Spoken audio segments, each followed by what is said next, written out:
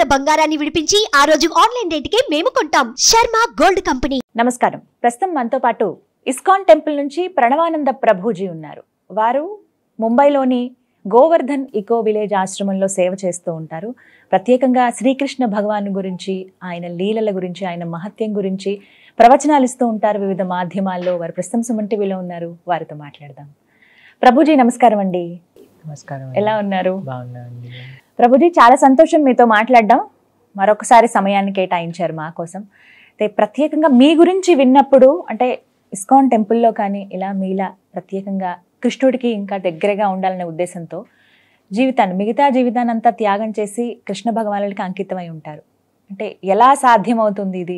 మీ గురించి చెప్పండి. మీరు చాలా చక్కగా చదువుకున్నారని విన్నాం. కామన్గా ఆలోచించేది ఏంటంటే అంత బాగా చదువుకున్న వాళ్ళు ఉద్యోగం చేయాలి, ఆ లగ్జరీ లైఫ్ని ఎంజాయ్ చేయాలని కోరుకుంటారు. కానీ మీరు మాత్రం ఇలా భక్తి మార్గంలో వెళ్ళిపోవడానికి కారణాలు ఏంటి?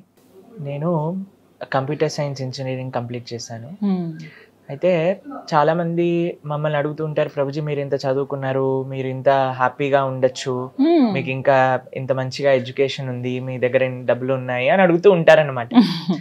కానీ థింగ్ ఈజ్, మేము చిన్నప్పటి నుంచి కూడా నా విషయానికి వస్తే ఆధ్యాత్మికంగా పెరిగాం. ప్లస్ చిన్నప్పటి నుంచి కూడా ఆధ్యాత్మిక వైపు భగవంతుడి యొక్క సేవ చేయాలి అని, సమాజానికి కొద్దిగా నా వంతు సేవను అందించాలి అనే ఒక ప్రేరణ చిన్నప్పటి నుంచి ఉండేదన్నమాట. అయితే మేము స్కూల్లో చదువుకుంటున్నప్పుడల్లా మా అమ్మగారికి చెప్పేవాళ్ళం, మా నాన్నగారికి అమ్మగారికి, అమ్మ మేము పెద్దగా అయ్యాక ధర్మానికి సేవ చేస్తాము, స్వామీజీ అయిపోతాము అని అంటూ ఉండేవాళ్ళం అనమాట. అయితే వాళ్ళు అనుకునే వాళ్ళు చిన్న పిల్లలు కదా వీళ్ళు అలానే అనుకుంటున్నారేమో అని. బట్ చిన్నప్పటి నుంచి మాకు అదే ఒక ఒపీనియన్ ఉండేది. దాని తర్వాత చదువుకున్నప్పుడు కూడా వెన్ ఐ వెంట్ అండ్ ఆ ఇంజనీరింగ్ కాలేజ్లో హాస్టల్లో ఉండేవాళ్ళం మేము. చెన్నైలో చదువుకున్నాను నా ఇంజనీరింగ్. అయితే అప్పుడు అన్ని చూసి కూడా వాళ్ళు ఏమనుకున్నారంటే మేబీ బయటికి వెళ్ళి ఆ ఎన్వైరన్మెంట్ వాళ్ళందరినీ చూస్తేమన్నా మనసు మారుతుందేమో అని అంత దూరం పంపించారు. కానీ అక్కడికి వెళ్ళాక నా మనసు ఇంకా స్ట్రాంగ్ అయిపోయింది అనమాట, తప్పకుండా ఇదే దాంట్లో వెళ్ళాలి. ఎందుకంటే అండి మీకు ఒక విషయం చెప్తాను. నేను కాలేజ్కి వెళ్ళినప్పుడు అక్కడ ఫస్ట్ ఇయర్లో మేము ఉన్నప్పుడు అండి, మా హాస్టల్లో ఉండే వాళ్ళకి చాలా తక్కువ మందికి మాత్రమే చెడు అలవాట్లు అనేవి ఉండేవన్నమాట. ఇప్పుడు చూడండి, మేము ఇంజనీరింగ్కి వెళ్ళింది 18-19 ఇయర్స్లో.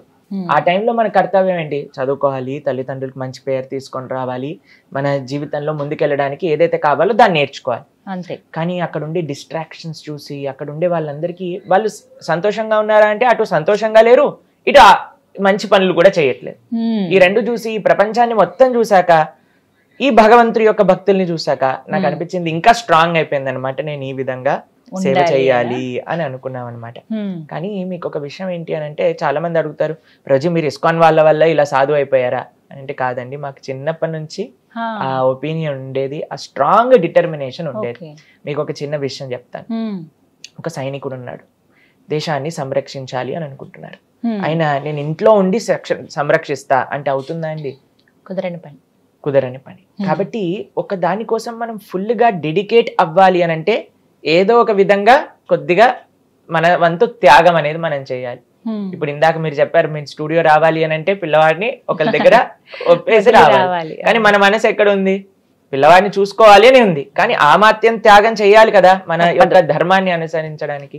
కాబట్టి మాకు చిన్నప్పటి నుంచి మా యొక్క సంకల్పం ఏంటి అని అంటే, నేను ఎలాగైనా సరే భగవంతుడి యొక్క సేవ, భగవంతుడి యొక్క సేవగా సమాజానికి సేవ, దేశానికి సేవ చెయ్యాలి, నా మొత్తం సమయం ఆ భగవంతుడి యొక్క సేవలో వినియోగించాలి అని అనుకుంటే వాళ్ళం అనమాట. ఇప్పుడు చూడండి, మేము ప్రొద్దున పూట 3:30 గంటలకి లేచినప్పటి నుంచి రాత్రి పడుకునే 9:30 వరకు ఎవ్రీ మూమెంట్ మేము సేవ చేసుకోగలుగుతున్నాం. అధ్యయన సేవ, దీంతో మా జీవితం అంతా సక్రమంగా గడుస్తుంది. ఇంకో ప్రశ్న చాలా మంది అడిగేది ఏంటంటే, మళ్ళీ తల్లిదండ్రులను ఎందుకు రోజు మీరు బాధ పెడుతున్నారు అని అంటారు. కానీ మా అమ్మగారు నాన్నగారు ఇద్దరు కూడా చిన్నప్పటి నుంచి నన్ను చూశారు కదండి, కాబట్టి వాళ్ళ పూర్తి ఆశీర్వచనం మాకు ఉండింది. ఇంజనీరింగ్ కంప్లీట్ చేశాక కొన్ని నెలలు నేను వర్క్ చేశాను. తర్వాత చెప్పాను అనమాట, అమ్మ మీరు చేయమంటే నేను పని చేస్తాను, కానీ నాకు మీకు తెలుసు చిన్నప్పటి నుంచి నాకు ఈ యొక్క మార్గంలో వెళ్ళాలి అని ఉంది, మరి మీరేమంటారు అంటే, మా నాన్నగారు అమ్మగారు ఇద్దరు కూడా ఒకటే విషయం చెప్పారు, నువ్వు ఎక్కడ హ్యాపీగా ఉంటే అక్కడ మేము కూడా హ్యాపీ. ఎంతో మంది మా అమ్మగారు ఇప్పుడు కూడా చెప్తూ ఉంటారు, అందరూ కూడా వాళ్ళ యొక్క స్వార్థం కోసమని వాళ్ళు బాగుండాలి అని కష్టపడుతున్న వాళ్ళు చాలా మంది ఉన్నారు. కానీ దేశం కోసం, ధర్మం కోసం ఒకళ్ళు ఆలోచించి వాళ్ళ జీవితాన్ని సమర్పణ చేస్తే దానికంటే గొప్ప అదృష్టం ఏముంది అని అంటారనమాట. కాబట్టి నిజంగా చెప్పాలి అని అంటే వాళ్ళ యొక్క ప్రోత్సాహం, వాళ్ళ యొక్క ఆశీర్వాదాల వల్ల మేము ఈ రోజు ఈ యొక్క భగవంతుడి గురించి మాట్లాడగలుగుతున్నాము అని అంటే వాళ్ళ యొక్క కృప.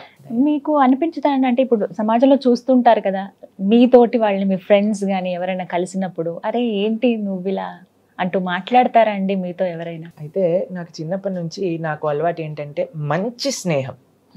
మొన్నసారి మాట్లాడుకున్నప్పుడు కూడా మనం మీకు ఒక విషయం చెప్పాను, ఎంత మంది ఉన్నారు కాదు, ఎంత మంచి వాళ్ళు మనతో ఉన్నారు అని. సత్సంగత్వే నిస్సంగత్వం, నిస్సంగత్వే నిర్మోహత్వం, నిర్మోహత్వే నిశ్చలతత్వం, నిశ్చలతత్వే జీవన్ముక్తి. లోకే సజ్జన సంగతిరేక భవతి భవార్నవ తరణే నౌక అంటారు. ఈ లోకంలో మంచి ఫ్రెండ్షిప్ అనేది చాలా రేర్ అండి. కాబట్టి నాకు చాలా మంది మంచి స్నేహితులు ఉన్నారు, ఇప్పటికీ ఉన్నారు. నేను ఇంజనీరింగ్ చదువుకున్న వాళ్ళు, స్కూల్లో చదువుకున్న వాళ్ళు అందరూ కూడా నాతో మాట్లాడతారు. ఏం మాట్లాడతామో తెలుసా అండి, మేము ఎంత బాగా నువ్వు సేవ చేస్తున్నావు, మేము కూడా మీ ఆశ్రమానికి వచ్చి ఉండాలనుకుంటున్నాం. వాళ్ళల్లో ఎవరైనా ఇలా మీలా?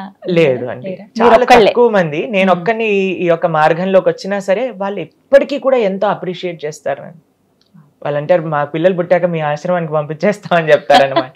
కాబట్టి everybody is very well appreciative. ఎందుకంటే మనం చేసే సేవ ఇప్పుడు చూడండి, ఒక్కొక్కళ్ళు ఒక్కొక్క విధంగా సమాజానికి, దేశానికి సేవ చేయగలుగుతారు. మరి మా సేవ ఏంటి? మేము ఇలా ఇల్లు వదిలేసి శాస్త్రాన్ని అధ్యయనం చేస్తూ మేం చేసే సేవ ఏంటి అని అంటే, భగవంతుడి యొక్క ఆ తత్వం ఏదైతే ఉందో దాన్ని యథావిధిగా శాస్త్రాలలో ఆచార్యులు ఏం చెప్పారు అనే విషయాన్ని మేము అధ్యయనం చేస్తూ అది 10 మందికి చెప్పటం. దానివల్ల ఏమవుతుంది అని అంటే భగవంతుడికి దగ్గర అవుతారు. ఎప్పుడైతే మనం భగవంతుడికి దగ్గర అవుతామో ఈ ప్రపంచంలో ఉండే ఏ కష్టము కూడా మనల్ని బాధించలేదు. ఎదుర్కొనే శక్తి, ఆ ధైర్యాన్ని భగవంతుడు ఇస్తాడు. మీకు ఒక చిన్న స్టోరీ చెప్పనా? ఒకసారి ఒక పిల్లవాడు ఉన్నాడు, చాలా ధనవంతుల యొక్క కుమారుడు అనమాట. ఆయన తప్పిపోతారు. తప్పిపోయినప్పుడు ఒక ఆయన చూస్తాడనమాట, అయ్యో ఈయన పిల్లవాడు తప్పిపోయాడు, ఏడుస్తున్నాడు కదా అని అనుకొని ఆ పిల్లవాడిని తీసుకొచ్చి వాళ్ళ ఇంట్లో పెట్టి చక్కగా తినిపించి స్నానం చేయించి రెడీ చేయించి ఆయన అంటారు, అయ్యా నేను నిన్ను చాలా బాగా చూసుకుంటా అని ఒక స్కూల్లో జాయిన్ చేసి పెంచుతూ ఉన్నాడు అనమాట. ఎవరింట్లో అయితే ఈయన పెరుగుతున్నారో దానికంటే వీళ్ళ యొక్క సొంత తండ్రి కొన్ని లక్షల కోట్ల రూపాయలు ఆయన దగ్గర ఉన్నాయి, చాలా ధనవంతుడు. ఇప్పుడు మీరు చెప్పండి, ఈయన ఆయనని చూసుకోవటం మంచిదా, వాళ్ళ తండ్రి దగ్గరికి పంపించటం మంచిదా? ఏది బెస్ట్ అంటారు? ఈయన బ్రహ్మాండంగా చూసుకుంటున్నారు, లోటు లేదు. కానీ ఈయన దగ్గర అన్ని డబ్బులు లేవు, అంత శక్తి లేదు చూసుకోవడానికి. కానీ తప్పిపోయిన పిల్లవాడు కదా అని చేరదీశాడు. కానీ ఈయనకు తెలుసు వాళ్ళ తండ్రి ఎక్కడున్నాడు, వాళ్ళ అమ్మ ఎక్కడుంది, వాళ్ళ ఇల్లు ఎక్కడుంది, అన్నీ తెలుసు. కానీ చెప్పకుండా ఈయన బ్రహ్మాండంగా చూసుకుంటున్నారు ఈ పిల్లవాడిని. ఏది బెస్ట్ అంటారు? ప్రేమే కదా కావాలి మనిషికి. ప్రేమ కావాలి, ఆప్యాయత కావాలి. ఎవరి దగ్గర నుంచి కావాలి? వాళ్ళ నిజమైన తల్లిదండ్రుల దగ్గర నుంచి కావాలి. కాబట్టి ఈయన అన్నిటికంటే బెస్ట్ సేవ ఏం చేయాలి? అయ్యా మీ ఇల్లు అడ్రస్ ఇది అని ఆయన తీసుకెళ్లి వాళ్ళ తల్లిదండ్రుల దగ్గర దిగబెట్టేసేయాలి. అప్పుడు వాళ్ళ తండ్రులు ఎంత బాగా సేవ చేసుకోగలుగుతారు ఈయనని. కాబట్టి మనం చేసే సేవ ఏంటి? ప్రభుపాదులు వారు చెప్తారు, ఇస్కాన్ని స్థాపన చేసిన వాళ్ళు, మనకి సమాజంలో సేవ, సమాజంలో అందరినీ ఒక మంచి డైరెక్షన్ లో తీసుకెళ్లటం. అయ్యా మన యొక్క తల్లిదండ్రులు వీరు, ఇది ధర్మం, ఈ ధర్మాన్ని ఆచరించండి. మళ్ళీ ఈ లోకంలోకి రావాల్సిన అవసరం లేకుండా చక్కగా భగవత్ ప్రాప్తి కలగచ్చు, ఆ స్వామిని సేవ చేసుకునే ఒక మంచి ఐశ్వర్యం కావచ్చు. మీరు చెప్పండి, మనం బాగా చూసుకోగలుగుతామా ఒక జీవుణ్ణి? భగవంతుడు బాగా చూసుకోగలుగుతాడా? ఖచ్చితంగా భగవంతుడే. కాబట్టి మనం ఏం చేస్తున్నాం? అన్నిటికంటే గొప్ప సేవ భగవంతుడిది, మీరు ఆయనని ఆశ్రయించండి అని చెప్తున్నాం అనమాట. అది ఈ సమాజానికి. ఈ రోజుల్లో చూస్తున్నాం కదా ప్రభుజీ, యంగర్ జనరేషన్ ఎక్కువగా స్పిరిచువల్ వేలో వెళ్తూ ఉన్నారు. అంటే అది దేనికి సంకేతం అంటారు మీరు? ఒకటి ఆధ్యాత్మికత వైపు అడుగులేస్తున్నారు అని అంటే ఈ భౌతిక విషయాలలో ఆనందం లేదు అని తెలుసుకుంటున్న వాళ్ళే ఆధ్యాత్మిక వైపు అడుగులు వేయగలుగుతారనమాట. ఇది చాలా సత్యం. మా జీవితంలో చాలా మందిని చూసాం కదా. ఎందుకంటే ఇది నాకు కావాలి, ఇది నాకు కావాలి, ఇది నాకు కావాలి అని ప్రయత్నిస్తూ ఉంటారు. చివరికి దాంట్లో నుంచి ఏం ఆనందం అనేది లభించదు. అప్పుడు వాళ్ళు అనుకుంటారు దీనికంటే ఏదో ఉంది ఈ ప్రపంచంలో. లేదా ఎవరైనా భక్తుల్ని చూసారనుకోండి, వీళ్ళు ఎందుకు ఇంత ఆనందంగా ఉన్నారు?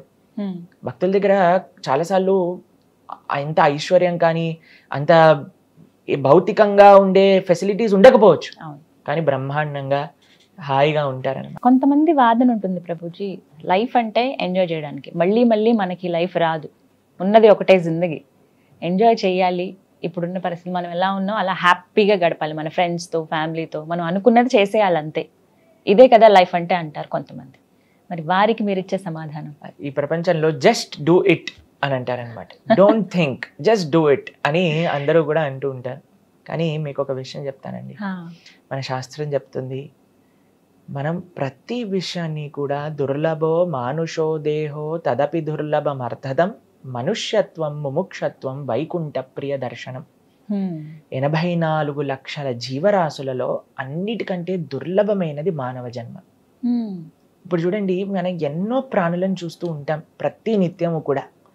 ఏ ప్రాణి అయినా ఇలా కూర్చొని కృష్ణుడు అంటే ఏంటండి, భగవద్గీత అంటే ఏంటండి అని అడిగే జ్ఞానం ఉంటుందా చెప్పండి? లేదు.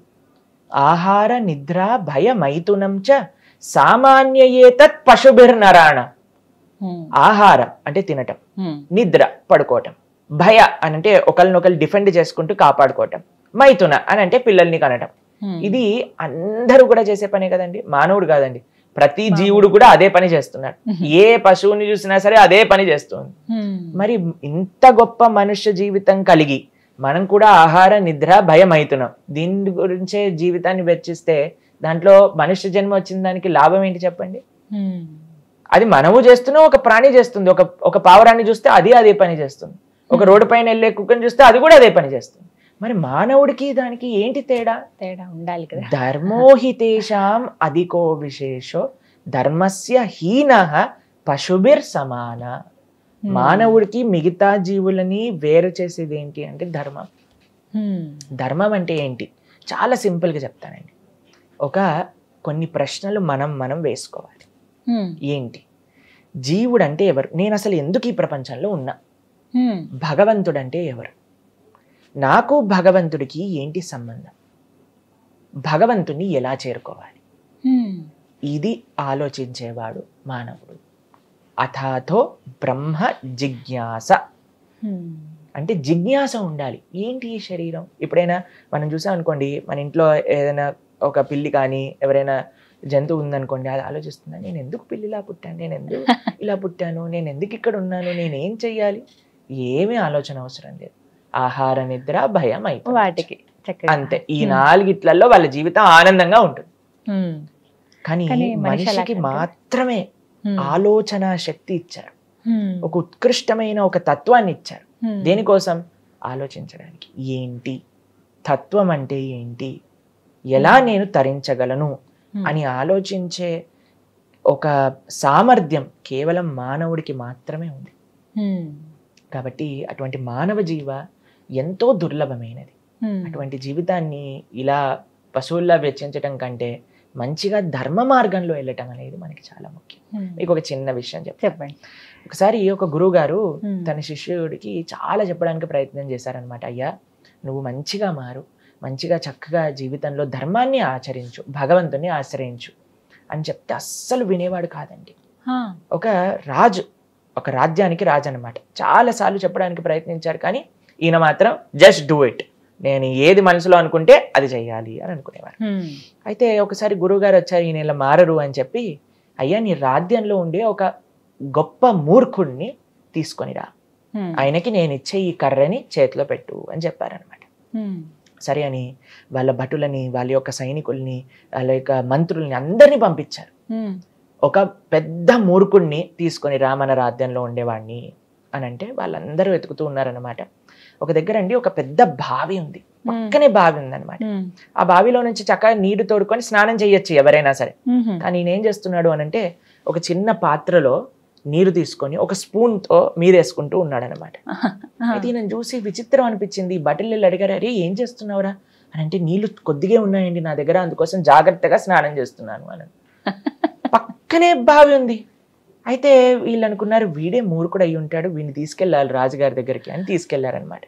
తీసుకెళ్లి రాజుగారు అన్నారు, ఈ కర్ర పట్టుకో, చక్కగా భ్రమణ చేస్తూ ఉండు, ఇది మా గురువు నాకు ఇచ్చిన సేవ అని చెప్పారనమాట. రాజుగారి యొక్క ఆరోగ్యం సడన్ గా క్షీణించటం ప్రారంభం చేసింది. ఆయన ఒక శరీరం పెట్టి వెళ్ళిపోతున్నారు అని చాటింపు చేయించారనమాట. ఈ రాజుగారికి ఒక కోరిక ఉండేది, నా రాజ్యంలో ఉండే వాళ్ళందరినీ నేను చూడాలనుకుంటున్నా అని చెప్పంగానే అందరు వస్తున్నారు, రాజుగారిని చూస్తున్నారు, మాట్లాడుతున్నారు, వెళ్తున్నారు. రాజుగారు అన్నారు, అందరు వచ్చారు కానీ ఈ మూర్ఖుడు రాలేదు, ఆయనని తీసుకొని రండి అనగానే ఆయనని తీసుకొచ్చారు. ఆయన మాట్లాడుతూ ఉన్నారనమాట. ఓ రాజా, ఎక్కడికి వెళ్తున్నావు నువ్వు అని అంటే, నేను చాలా దూరం వెళ్తున్నా అని అంటే, మరి తీసుకెళ్ళడానికి ఏదైనా వెళ్తున్నప్పుడు తినడానికి ఏదైనా తీసుకెళ్తున్నావా అని అంటే, రాజుగారు అన్నారు, అరే మూర్ఖుడా, నీకు అర్థం కాదు, ఏం తీసుకెళ్ళలే నేను, తినడానికి తీసుకెళ్ళలేవా, సరే ఎవరైనా నీ భార్యల్ని తీసుకెళ్ళు, వాళ్ళు వండి పెడతారు నీకు అనగానే అందరు భార్యలు లోపలికి వెళ్ళి తాళాలు వేసేసుకున్నారనమాట, డోర్ని మూసేసి, ఎక్కడ రాజు రమ్మంటారేమో అని. అయితే భార్యలు రావట్లేదా, ఇంతమంది సైనికులు భటులు ఉన్నారు కదా, వాళ్ళని కొంతమందిని తీసుకెళ్ళు అనగానే అందరూ ఒక అడుగు వెన్నుకాలకి వేసేసారనమాట. అయితే రాజుగారు అంటున్నారు, ఎవరిని తీసుకొని వెళ్ళలేనురా, అది చాలా దూర ప్రయాణం అని అంటారనమాట. సరే ఇన్ని డబ్బులు, జీవితాంతం కూడా నువ్వు కష్టపడింది డబ్బుల కోసం కదా, డబ్బుల్ని తీసుకెళ్ళొచ్చు కదా కొన్ని అని అంటే, అయ్యో తీసుకెళ్ళలేనురా, నీకు చెప్పలేను, నువ్వు మూర్ఖుడివి కదా, సరే ఒక పని చేయి, నీకంటే పెద్ద మూర్ఖుడిని ఎవరైనా కనిపిస్తే వాడికి కర్ర ఇచ్చేసే, నువ్వు కూడా రిటైర్మెంట్ తీసుకో అని చెప్తారనమాట. వెంటనే ఈయన ఆ కర్ర తీసి ఆ రాజుగారి చేతిలో పెడతారు. రాజుగారు అంటారు, ఏంటి నువ్వు చేసే పని, నా చేతిలో ఎందుకు పెట్టావు అని అంటే, అయ్యా జీవితాంతం మొత్తం కూడా నువ్వు ఎవరినైతే తీసుకెళ్ళలేను అనుకుంటున్నావో వాళ్ళ కోసం కష్టపడ్డావు, కానీ ఒక్కటి కూడా నీతో రాలేదంటున్నావు కదా, మరి నీకంటే పెద్ద మూర్ఖుడు ఇంకొకటి లేరు, ఈ కర్ర పట్టుకో చక్కగా అని. అయ్యో. కాబట్టి మానవ జన్మ ఎంతో అద్భుతమైనదండి. దాన్ని చక్కగా మనం ఎవరిని వదిలేయాల్సిన అవసరం లేదు. ఏ ధర్మాన్ని మీరు ఆచరిస్తున్నారో, ఏ కర్తవ్యాలు మీకున్నాయో చక్కగా చేసుకోండి. దాంతోపాటు ధర్మం యాడ్ చేయాలంతే, దేన్ని సబ్స్ట్రాక్ట్ చేయాల్సిన అవసరం లేదు. ఏదన్నా అధర్మం ఉంటే దాన్ని తీసేయాలి, ధర్మాన్ని యాడ్ చేయాలి, భగవంతుణ్ణి మన జీవితంలో యాడ్ చేసుకోవాలి. ఇది చేసే ఏకైక ప్రాణి ఎవరైనా ఉన్నారంటే అది మనుష్యుడు మాత్రమే. కాబట్టి మనం చాలా జాగ్రత్తగా ధర్మాధర్మ విచక్షణతో ఈ మానవ శరీరాన్ని గడపాలి. స్వామి, మీరు ప్రత్యేకించి అంటే ఎలా ఇప్పుడు వద్దాం అనుకుంటున్న వాళ్ళు కావచ్చు, మేము కూడా ఇస్కాన్ టెంపుల్కి వెళ్దాం అనుకుంటున్నాం, సాధువులుగా మేము మారిపోదాం అనుకుంటున్నాం అని చెప్పి కొంతమంది చెప్తూ ఉంటారు. అంటే జీవన విధానం ఎలా ఉంటుంది అసలు మీది? యాక్చువల్గా చాలా మంది మాకు చెప్తూ ఉంటారు, ప్రభుజీ మేము కూడా మీ ఆశ్రమానికి వచ్చేస్తాం ప్రభుజీ, అడ్రస్ చెప్పేయండి ప్రభుజీ అని. అయితే మేము జస్ట్ కొన్ని రోజులు వెయిట్ చేస్తాం అనమాట, వాళ్ళు ఎప్పుడైనా ఫోన్ చేస్తారని మళ్ళీ చేయరు. ఎందుకనంటే దీన్ని శ్మశాన వైరాగ్యం అని అంటారు, చూస్తారా? ఎప్పుడైనా ఏదైనా శవం కాలిపోతుంది అనుకోండి, ఈ జీవితం యొక్క సత్యం ఏంటి, ఎప్పుడు కూడా అశాశ్వతమే, ఇలా మనం ఒక రోజు కాలిపోవాల్సిందే అని అనిపిస్తుంది. అక్కడ నుంచి బయటికి రాగానే మళ్ళీ మన లోకం మనదే ఉంటుంది అంతే. కానీ సాధువులుగా మారాల్సిన అవసరం ఎవరికి లేదండి, కొంతమందికి మాత్రమే. ఎందుకంటే సాధు జీవితం అనేది అంత సులభమైన జీవితం కాదు, చాలా కఠినమైన జీవితం, ఎన్నో నియమాలతో నిష్ఠతో కూడుకున్న జీవితం అన్నమాట. మా యొక్క జీవితం అనేది సేవకే అంకితమైంది. పొద్దున్న నుంచి రాత్రి దాకా ఒక్కొక్క క్షణం కూడా ఆ భగవత్ సేవలో, సమాజ సేవలో, దేశ సేవలో గడుపుతూ ఉంటాం అనమాట. అయితే మేము చెప్పేది ఏంటి అని అంటే, ఎవ్వరూ ఏమి వదిలేయాల్సిన అవసరం లేదు. మంచి మార్గంలో, మంచి ధర్మ మార్గంలో, కృష్ణ భక్తి మార్గంలో మీరు వెళ్ళండి. అది ఎలా అనంటే, మంచిగా ఒక ఇస్కాన్ టెంపుల్ ఉంది, ఎక్కడైతే కృష్ణ భక్తి మనకి తెలుస్తుందో, భగవద్గీత, భాగవతం ఇవి చాలా ముఖ్యం. ప్రతి ఒక్కళ్ళు కూడా అధ్యయనం చేయవలసిన శాస్త్రం. మనకండి ధర్మం ఎలా వస్తుంది అని అంటే, ఏదో ఒక చిన్న పూజ చేయటం చేతో, వ్రతం చేయటం చేతో మనం భగవంతుడికి దగ్గర అవుతామా అని అంటే ప్రశ్నార్థకమే. మరి ఎలా భగవంతుడికి దగ్గర అయ్యేది అని అంటే, ప్రహ్లాదుడు చెప్తాడు, శ్రవణం కీర్తనం విష్ణోహో స్మరణం పాదసేవనం అర్చనం వందనం దాస్యం సాఖ్యం ఆత్మ నివేదనం. మొట్టమొదటి అడుగు మీరు అన్నారు కదా, మాకు కూడా భగవంతుని తెలుసుకోవాలంది అని అనడానికి మొట్టమొదటి అడుగు ఏంటి అని అంటే, భగవంతుడి గురించి వినటం. ఏం వినాలి కృష్ణుడి గురించి తెలుసుకోవాలి అని అంటే, గీత, భాగవత, రామాయణాలు వినాలి. అందుకే మన పెద్దలు కూడా అండి, మీరు ఎక్కడైనా మీరు చూసారనుకోండి, భాగవత సప్తాహము అని చేస్తూ ఉంటారు. మన పెద్దలకి తెలుసు ఏ పుస్తకం మనల్ని ఉద్ధరింపజేయగలుగుతుంది, ఏ పుస్తకం మనల్ని భగవంతుడి దగ్గరికి తీసుకెళ్ళగలుగుతుంది అనేది దాన్ని ఇలా ఈ యొక్క భాగవత సప్తాహ రూపంలో అందించేశారనమాట. మనం ఎక్కడ చూసినా, ఏ గ్రామానికి వెళ్ళినా సరే అక్కడ భాగవత సప్తాహం జరుగుతుంది, రామాయణ నవాహం జరుగుతుంది అనమాట. ఈ రెండూ కూడా మానవుడికి చాలా దగ్గరగా ఉండి మనల్ని మన స్థాయి నుంచి భగవంతుడి దగ్గరికి తీసుకెళ్లే పుస్తకాలు అనమాట. కాబట్టి మనం కృష్ణుడికి దగ్గర అవ్వాలి అని అనుకుంటే ముందుగా చేయాల్సింది శ్రవణం, వినాలి. దాంతో పాటు చేయాల్సింది భగవంతుడి యొక్క నామ జపం. అటువంటి నామాన్ని మనం కీర్తన చేస్తూ అలా ఒక్కొక్క మెడుగు ముందు వేసుకుంటూ భగవంతుడి దగ్గరికి తెచ్చుకోవచ్చు. మీ జీవన విధానం స్వామి ఎలా ఉంటుంది? అయితే మా యొక్క జనరల్ స్కెడ్యూల్ మీకు చెప్తే మార్నింగ్ పూట 3:30 కల్లా మేము నిద్రలేస్తాం అన్నమాట. 3:30 ఎవ్రీడే నియమంగా మా ఆశ్రమంలో అందరూ కూడా 3:30 కల్లా నిద్రలేసి దాని తర్వాత మాకు స్నానాది కార్యములన్నీ కూడా తీసుకొని 4 గంటలకి మా ఆలయంలో ఫస్ట్ ఆరతి జరుగుతుంది భగవంతుడికి. అయితే 4:30 కల్లా అందరూ ఆరతిలో పాల్గొంటారు, ఆశ్రమ వాసులందరూ కూడా. దాని తర్వాత 2 గంటలు మంత్ర మెడిటేషన్, భగవంతుడి యొక్క నామాన్ని జపం చేస్తా. హరే కృష్ణ కృష్ణ కృష్ణ హరే హరే, హరే రామ రామ రామ హరే హరే అనే ఈ మంత్రాన్ని జపం చేస్తాం అనమాట. అది 2 గంటల సాధన తర్వాత ప్రతిరోజు కూడా మాకు భాగవతం అధ్యయనం చేస్తాం అందరు భక్తులు కూడా కలిసి. మా ప్రసాదం అంటే మా ఆహారం రోజుకి 2 సార్లు, 9:30కు ఒకసారి, సాయంత్రం 4:30కు ఒకసారి. సూర్యాస్తమయం అయ్యే లోపలే మా ఆహారం అంతా కూడా పూర్తయిపోతుంది అనమాట. ఆ తర్వాత ఏమి తీసుకో? దాని తర్వాత ఇంకా మళ్ళీ నెక్స్ట్ డే మార్నింగ్ 9:30 వరకు ఏం తీసుకో. దీన్ని ఇప్పుడు సైన్స్ ప్రకారంగా ఇంటర్మీడియట్ ఫాస్టింగ్ అని పెట్టేశారనమాట పేరు. ఇది ఆశ్రమ సాంప్రదాయంలో, సనాతన సాంప్రదాయంలో ఎప్పటి నుంచో ఉందన్నమాట. అందరి యొక్క ఆరోగ్యం బాగుండడానికి మనకి సనాతన వైదిక సాంప్రదాయాన్ని చూసారనుకోండి, సూపర్ సైంటిఫిక్. మనం జస్ట్ తెలుసుకోవాలి ఏంటి అని. అలాని మొత్తం సైన్స్ కాదండి ఉంది, భగవత్ ప్రీత్యర్థం మన శరీరానికి మంచి చేసేవే మన సనాతన సాంప్రదాయంలో మనకి ఇచ్చారు మన పెద్దలు. కాబట్టి 9:30కు ఒకసారి, 4:30కు ఒకసారి. వాటి మధ్యలో మేము శాస్త్రాధ్యయన, సమాజ సేవ. సమాజ సేవ ఏ విధంగా అని అంటే, మేము చెప్పాము మా ముంబై ఎక్కడైతే మా ఆశ్రమం ఉందో అక్కడ అన్నిటికంటే పూరెస్ట్ డిస్ట్రిక్ట్ అన్నమాట పాల్ఘర్ అనే డిస్ట్రిక్ట్. అయితే అక్కడ తినడానికి చాలా మందికి అసలు అన్నం పప్పు వండుకోవడానికి కూడా డబ్బులు ఉండవు. ప్రతిరోజు కూడా నా సేవ, పర్సనల్ గా నేను చేసే సేవ ఏంటి అని అంటే, మాకు మా ఆలయంలో ప్రసాదాన్ని తయారు చేసి కొంతమంది ఎంతమంది ఆలయానికి వస్తే అంతమందికి ఫ్రీగా మేము భోజనం పెడతాం భగవంతుడి యొక్క ప్రసాదాన్ని. దాంతో పాటు ప్రతిరోజు మేము వండి వాటిని అక్కడ ఉండే గ్రామాలందరికీ పంపిస్తాం అనమాట, అక్కడ ఉండే ప్రజల కోసం అనమాట. ఇది మధ్యాహ్నం పూట ఇటు వంట వాళ్ళందరినీ పంపించడం, వాటన్నిటిని మేము చూసుకుంటాం. దాంతో పాటు శాస్త్ర అధ్యయనం. ఇప్పుడు చూడండి, మనందరం భారతీయులం, వీఆర్ ఇండియన్స్ అంటారు. భారతీయత అంటే ఏంటి? భారతీయత అంటే భారతీయ సంస్కృతి సంప్రదాయం. భారతం అంటే కేవలం ఒక దేశం, దేశంలో ఉండే ఆ ప్రజలకు ఉండే సాంప్రదాయాలు. అదే మనకుండే సాంప్రదాయాలు అన్ని పోయాయి అనుకోండి, మనం కూడా వెస్టర్నర్స్ గా తయారైపోయాం, ఆల్రెడీ అయిపోయాం అనుకోండి, అది వేరే విషయం.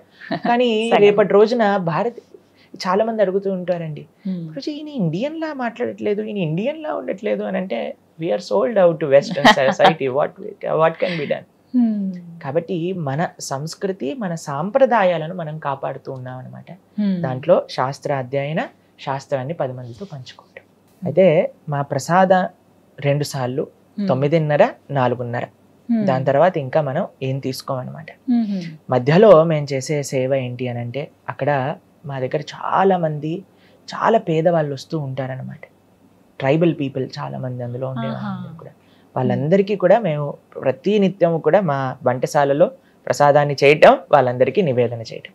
అలానే మేము చేయించి వేరే వేరే ప్రదేశాలలో ఊళ్ళకి కూడా పంపిస్తూ ఉంటాం. అక్కడ ఉండే వాళ్ళందరికీ కూడా ప్రతి నిత్యం అన్నదానం చేయడానికి అనమాట. ఒకసారి ప్రభుపాదుల వారు ఎవరైతే ఇస్కాన్ని స్థాపన చేసిన ఆచార్యులు ఉన్నారో ఆయన చెప్పారు, ఇస్కాన్ ఒక టెంపుల్ 10 కిలోమీటర్స్ రేడియస్ లో ఎవ్వరు కూడా ఆకలితో పడుకోకూడదు. అందుకే ఇప్పటికీ కూడా 50 లక్షల మందికి పైగా ప్రతి నిత్యము కూడా ఇస్కాన్ ఆలయాల నుంచి అన్నదాన సేవ అనేది జరుగుతుంది. ఇప్పటికీ ప్రతి నిత్యము కూడా. కాబట్టి అలా మేము ప్రొద్దున పూట సమాజ సేవ, దాంతో పాటు శాస్త్రాధ్యయనం. భారత భూమితో హోయిలో మనుష్య జన్మజార్, జన్మ సార్థక కరి కర పర ఉపకార్. శ్రీ చైతన్య మహాప్రభు చెప్తారు, ఫస్ట్ జన్మ సార్థకం చేసుకోండి, దాని తర్వాత వేరే వాళ్ళకి హెల్ప్ చేయండి. మనకి ఫ్లైట్ లో వెళ్తున్నప్పుడు ఎయిర్ హోస్టెస్ చెప్తుంది, ఫస్ట్ మీరు మాస్క్ పెట్టుకోండి, దాని తర్వాత వేరే వాళ్ళకి హెల్ప్ చేయండి అని. కాబట్టి జన్మ సార్థకతలో మనం శాస్త్ర అధ్యయనం చేయటం, మిగతా వాళ్ళందరికీ కూడా ఆ శాస్త్రాన్ని బోధించటం అనమాట. ఈ విధంగా ఉంటుంది. సాయంత్రం పూట ప్రోగ్రామ్స్, ప్రవచనాలు అక్కడికి. మధ్యలో అండి మాకు మెయిన్ సేవ ఏంటి అని అంటే, మా విషయానికి వచ్చేసరికి ఎంతో మందితో మేము మాట్లాడుతూ ఉంటాం అనమాట. వాళ్ళ జీవితంలో ఏ విధంగా వాళ్ళకి ఏదైనా మానసికంగా వాళ్ళకి ఏదైనా హెల్ప్ చేయగలుగుతామా.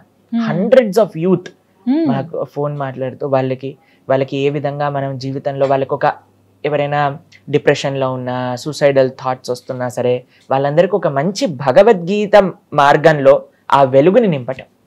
ఇదే మనం చేసే సేవ అనమాట. ప్రతినిత్యము అలా ఉంటుంది. ఆశ్రమంలో గురువుల సేవ, భక్తుల యొక్క సేవ, సమాజ సేవ, శాస్త్ర సేవ, దేశ సేవ, ఇదే మా యొక్క జీవితం. దైవ చింతన ఉండాలి ఒక మనిషికి, కరెక్టే అది. కానీ మిగతా పనులు కూడా చేసుకుంటూ ఉండాలి. మిగతా యథావిధిగా వాళ్ళ జాబే కావచ్చు, ఏదైనా కావచ్చు, ఫ్యామిలీ లైఫ్ కాదని పూర్తిగా అన్ని కాదనుకునే వెళ్ళిపోతే ఏదో ఒక సమయంలో కాస్త అయినా అని అనిపిస్తుందా? మమ్మల్ని ఈ ప్రశ్న ఇటీవలే మా యొక్క రిలేటివ్ ఒక ఆయన అడిగారనమాట. ప్రభుజీ, మీరు చిన్నప్పటి నుంచి ఇంత ఆప్యులెంట్ గా పెరిగారు, చాలా గారాభంగా పెంచారు, మీ తల్లిదండ్రులు ఇద్దరు కూడా ఎప్పుడు కూడా ఏ కష్టం రానివ్వకుండా, మరి ఆశ్రమంలో మీరు సాప పైన పడుకోవాలి, అక్కడ మీకు ఏం ఫెసిలిటీస్ ఉండవు, మరి మీకు ఎలా అనిపిస్తుంది, కఠినంగా అనిపించదా అని అంటే, మీకు ఒక విషయం చెప్తాను. నా జీవితంలో అన్నిటికంటే హ్యాపీయెస్ట్ మూమెంట్స్ నేను మా ఆశ్రమం లైఫ్లో గడిపాను. ఎందుకంటే కృష్ణ సేవ అన్నిటికంటే ఆనందమైనది. సవై పుంసాం పరో ధర్మో యతో భక్తిర్ అదోక్షజే అహైతుకి అప్రతిహత యయాత్మ సుప్రసీదతే. భాగవతం చెప్తుంది, ఒక జీవుడికి తన స్వాంతన సుఖం కావాలి అని అనుకుంటే చేయాల్సింది భగవంతుడి యొక్క ఆరాధన. అహైతుకి అప్రతిహత అనంటే ఏ కోరికలు మాకు లేవండి. మేము భగవంతుడి ముందు నించున్నప్పుడు ఏ కోరిక అడగం. స్వామి, నేను మీ యొక్క సేవ ఎలా చెయ్యాలి, మీకు మేమైనా చెయ్యొచ్చా, ఇదే భక్తి అనంటే. మేము ప్రతిరోజు స్వామి దర్శనం, కనీసం మీరు చూడండి, ఒకసారి మీకు ఒక చిన్న విషయం చెప్తాను. ఎప్పుడైనా మీరు గుడికి వెళ్ళారనుకోండి, గుళ్ళ ప్రసాదం తీసుకున్నారనుకోండి, ఎంత బాగుంటుంది. గుడికి వెళ్తే ఒక ప్రశాంతత, అసలు ఎంత బాగా అనిపించింది, ఆ రోజంతా బాగున్నట్టు అనిపిస్తుంది. మేము ఆలయంలోనే ఉంటాం, ఇంకా మా జీవితం ఎందుకు బాధగా ఉంటుంది చెప్పండి. Krishna is most exciting. ఆయన ప్రతి లీలా అంత ఎక్సైటింగ్, ఆయన సేవ అంత ఎక్సైటింగ్. కాబట్టి మాకు ప్రతి నిత్యం కూడా ఒక్కొక్క క్షణం ఇలానే ఎప్పటికీ ఉండిపోవాలి అని అనిపిస్తుంది. కానీ ఎప్పుడు కూడా డల్గా అనిపించదు. అయ్యో ఇదేనా, ఈ మంత్రమేనా. ఇప్పుడు చూడండి, ఈ ప్రపంచంలో ఏ భౌతిక విషయమైనా సరే ఒక రోజు దాటింది అని అంటే దానిపైన, ఇప్పుడు మీకు న్యూస్ పేపర్ ఇచ్చాను, ఓ నిన్నటిదా అని పక్కన పెట్టేస్తాం. కానీ శ్రీమద్ భాగవతం 5000 సంవత్సరాల నుంచి అలా అధ్యయనం చేస్తూ ఉన్నారు. ఇప్పటికీ అధ్యయనం చేస్తారు. యుగ యుగాల పర్యంతము కూడా భాగవతాన్ని అధ్యయనం చేస్తారు. ఎందుకు అనంటే ఆ కృష్ణుడు అనే తత్వం, కృష్ణుడి యొక్క ఆ లీల, కృష్ణుడి యొక్క వైభవం అనేది ఎటర్నల్. ఆయన యొక్క స్వీట్నెస్ అనేది తగ్గదు, పెరుగుతూ ఉంటుంది.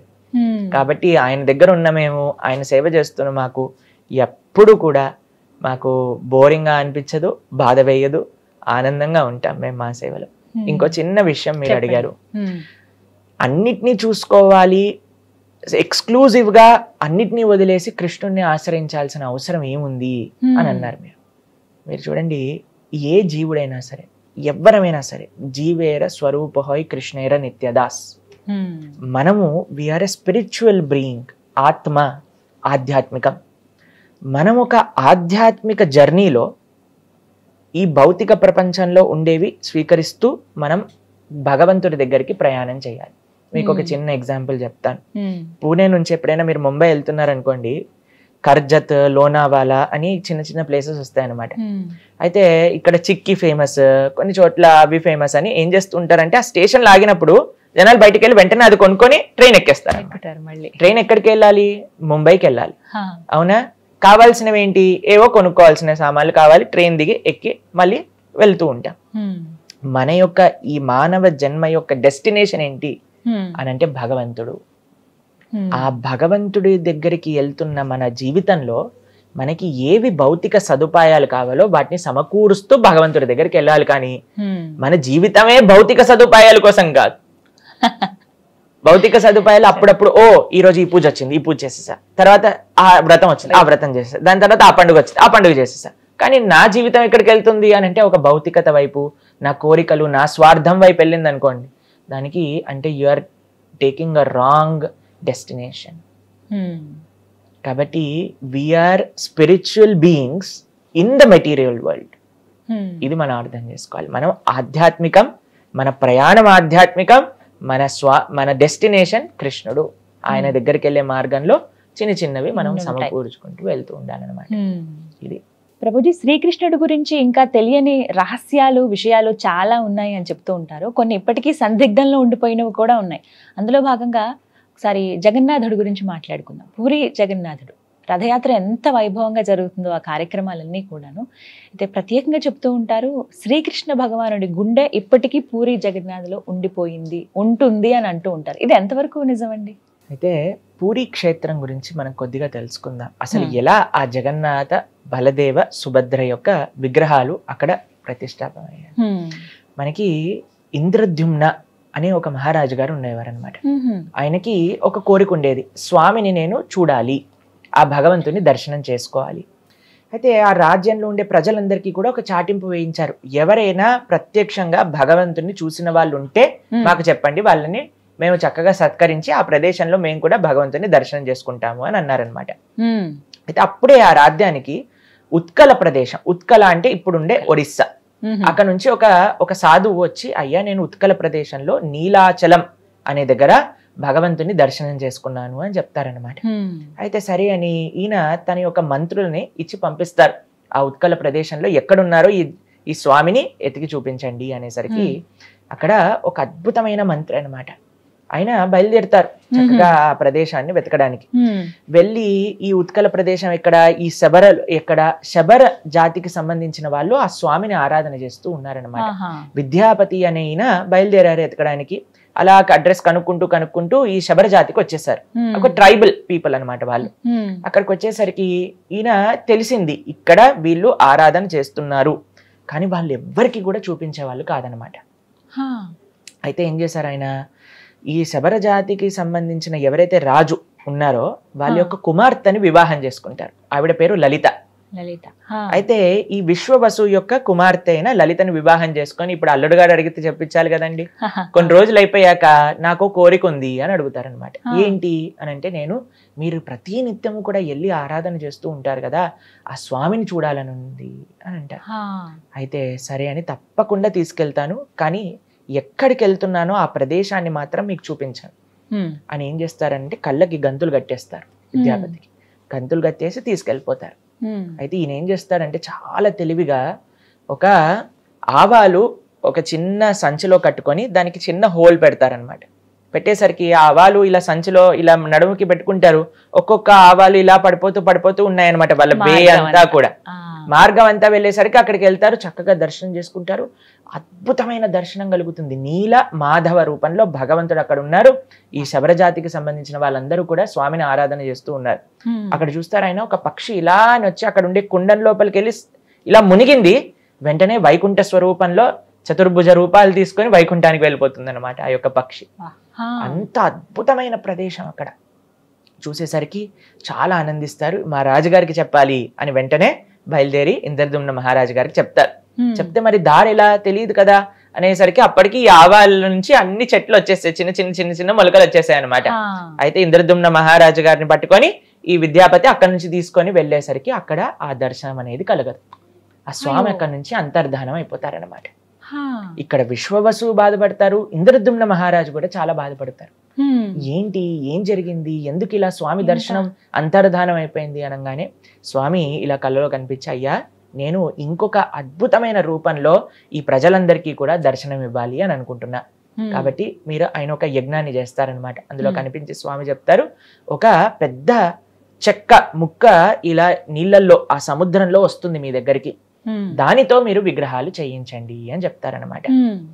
సరే అని ఇంద్రద్యుమ్న మహారాజు గారు దీన్ని తీసుకొచ్చి, కొన్ని రోజులకి భగవంతుడు చెప్పిన విధంగానే వచ్చేసింది. దాన్ని తీసుకొని చూసేసరికి ఎవరు చెక్కుతారు ఇక్కడ నుంచి విగ్రహాలు అనే లోపల విశ్వకర్మ ఒక చాలా వృద్ధ బ్రాహ్మణుడి యొక్క రూపంలో వస్తాడనమాట.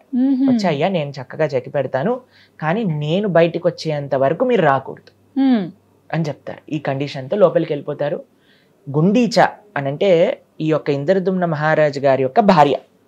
ఆవిడికి కొన్ని రోజులు అయ్యాక డౌట్ వచ్చింది, ఏంటి ముసలాయన లోపలికి వెళ్ళాడు, అసలు చెక్కుతున్నప్పుడు టక్ టక్ సౌండ్ అయినా రావాలి కదండి, ఏమీ వినిపించట్లేదు అని వెళ్ళి ఆ డోర్ దగ్గరికి వెళ్ళి చూసేసరికి అసలు ప్రశాంతంగా అసలు ఇంత వాయిస్ కూడా లేదనమాట.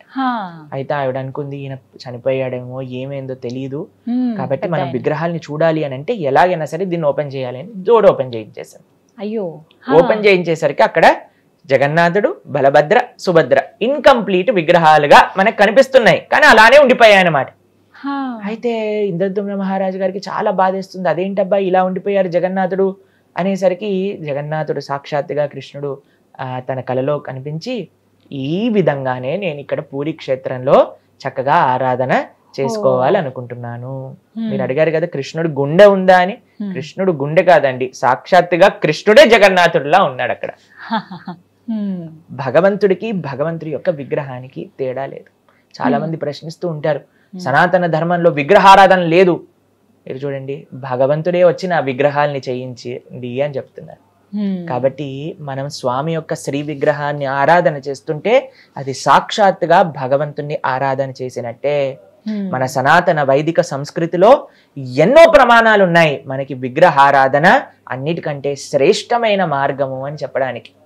కాబట్టి ఎవరైతే మీ దాంట్లో విగ్రహారాధన లేదు, విగ్రహారాధన అవసరం లేదు అనే వాళ్ళందరికీ కూడా జగన్నాథుడి యొక్క లీలే ప్రత్యక్ష ప్రమాణం. స్వామి సాక్షాత్తుగా తన విగ్రహాన్ని చేయించుకున్నారు. చేయించుకున్నాకండి ఒక అద్భుతమైన ఆలయాన్ని ఇంద్రద్యుమ్న మహారాజు గారు నెలకొల్పుతారు. చాలా పెద్ద కథ అండి అది, మీకు కొద్దిగా చిన్నగా చెప్తాను.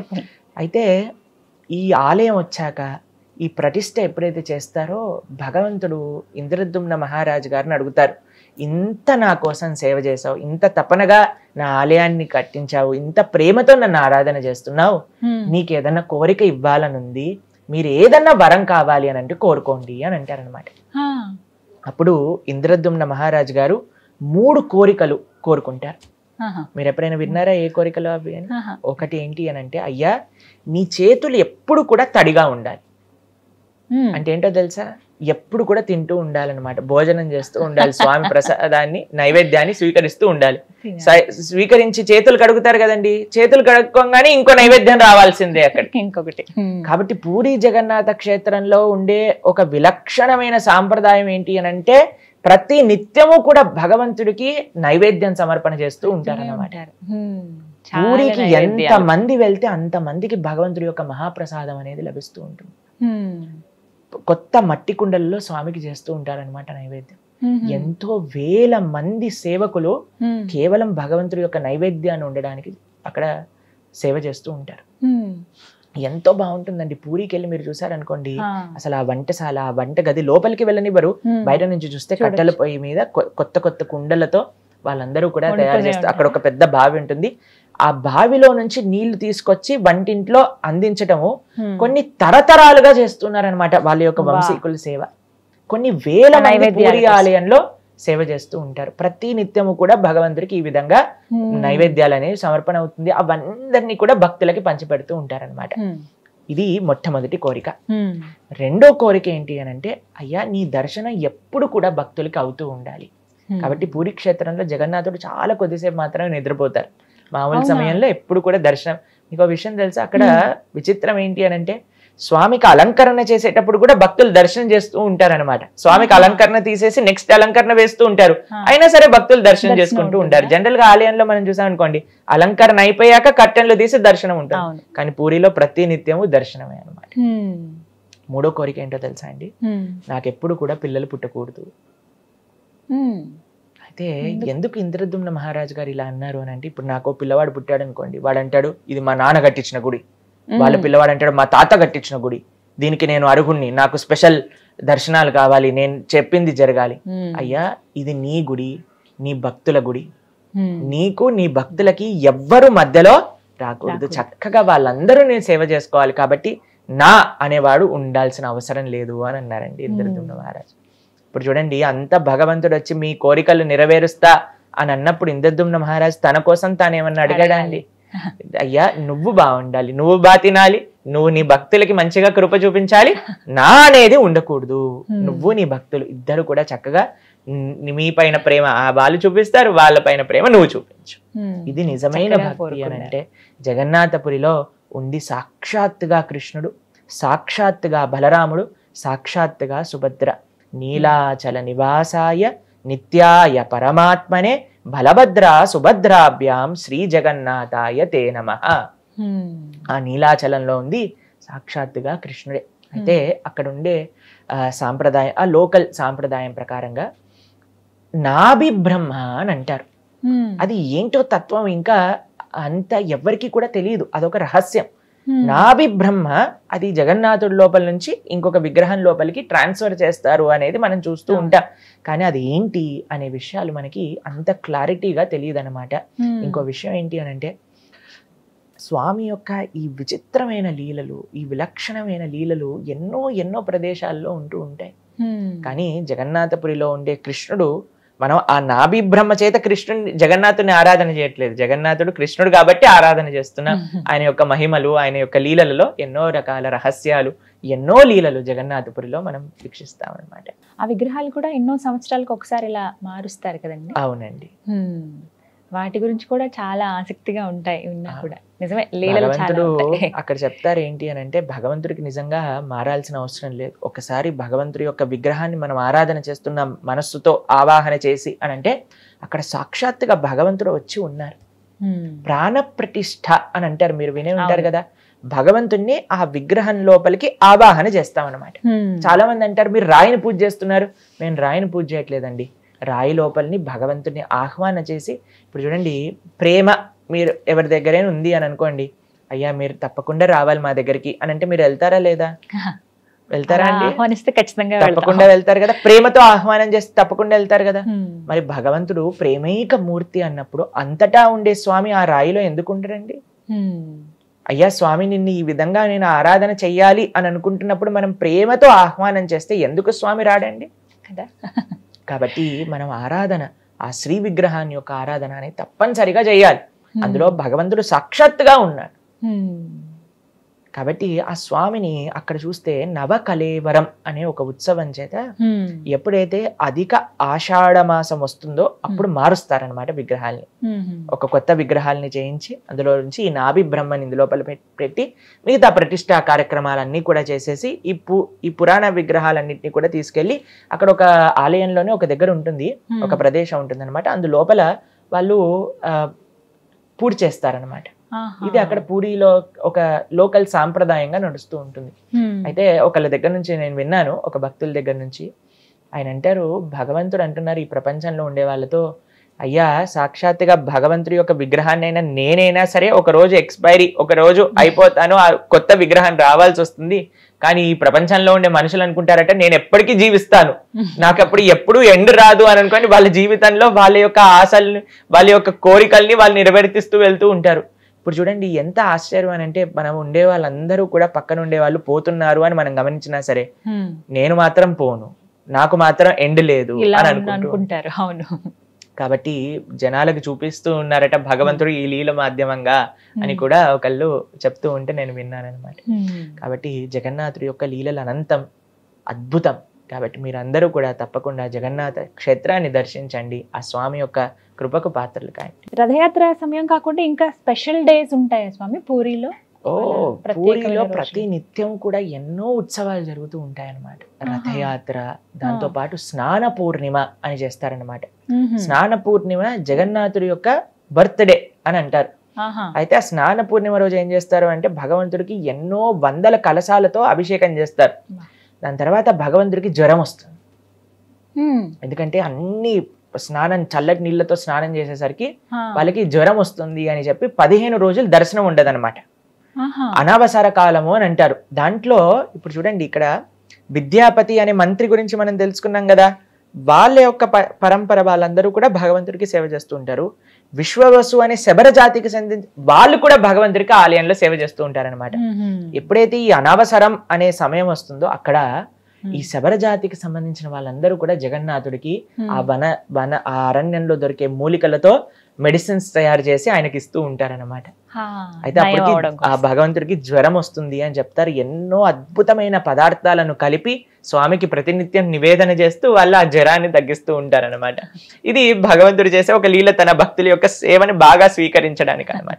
ఒక డాక్టర్కి చాలా డౌట్ వచ్చిందండి, నిజంగా జగన్నాథుడికి జ్వరం వస్తుందా, వీళ్ళు ఏం చెప్తున్నారు అని. అయితే ఆయన ఎప్పుడైతే ఇలా ఒక పండితుడు ముందు, ఆ పూజారి ముందు అన్నాడో ఆయనకు చాలా కోపం వచ్చేసింది అనమాట. చెయ్యి పట్టుకుని డాక్టర్ని డైరెక్ట్గా టెంపుల్లో ఎప్పటికీ దర్శనం ఉండదు ఆ 15 రోజులు, అయినా సరే నన్ను పట్టుకొని తీసుకెళ్ళిపోయారు. చెక్ చేయ మా జగన్నాథుడిని అని థర్మామీటర్ పెట్టంగానే థర్మామీటర్ టప్ అని పేలిపోయింది అనమాట అక్కడ.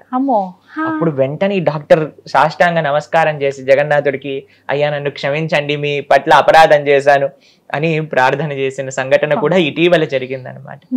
కాబట్టి జగన్నాథుడు భగవంతుడు ఆలయంలో ఉండే భగవంతుడైనా మన ఇంట్లో ఉండే స్వామి అయినా సరే సాక్షాత్తుగా భగవంతుడు, దాంట్లో ఎటువంటి డౌట్ కూడా లేదు. ప్రభుజీ, కృష్ణ భగవాన్ గురించి మాట్లాడుకునేటప్పుడు వారి వారసులు ఇప్పటికీ ఉన్నారా అని అంటారు. ఎందుకంటే శ్రీరాముని వారసులు అని చెప్పి ఈ మధ్యకాలంలో కొంతమందిని ఇలా చూపిస్తూ ఉన్నారు, వాళ్ళ ఫ్యామిలీ వాళ్ళు తరతరాలుగా ఇలా వస్తూ ఉన్నారు, వీళ్ళంతా కూడా శ్రీరాముని వంశస్థులు అని చెప్పి. అలా శ్రీకృష్ణుని వంశస్థులు ఉన్నారా ఇప్పటికీ? ఉంటే ఎక్కడున్నారు? ఒకవేళ లేకపోతే ఎందుకు లేరు? మనకి కృష్ణుడి గురించి పరిపూర్ణంగా తెలుసుకోవాలి అనంటే మనం చదవాల్సిన పుస్తకం శ్రీమద్ భాగవతం. శ్రీమద్ భాగవతంలో భగవంతుడి యొక్క అవతారం నుంచి భగవంతుడి యొక్క అవతార పరిసమాప్తి వరకు అంతా కూడా చక్కగా వివరించి ఉన్నారు శ్రీమద్ భాగవతంలో. ఇటీవలే మేము భాగవతం గురించి ప్రస్తావన చేస్తూ ఉన్నాం అనమాట. అందులో 9వ స్కందంలో చెప్తారు భగవంతుడి యొక్క చంద్రవంశం. రాముడు సూర్యవంశం, కృష్ణుడు చంద్రవంశం. వాళ్ళందరి గురించి చెప్తూ ఉంటారు. కృష్ణుడు, దాని తర్వాత వాళ్ళ యొక్క వంశాన్ని, దాని తర్వాత 12వ స్కందంలో కూడా ప్రస్తావన ఉంది కృష్ణుడు తర్వాత ఎవరెవరు ఉన్నారు అని.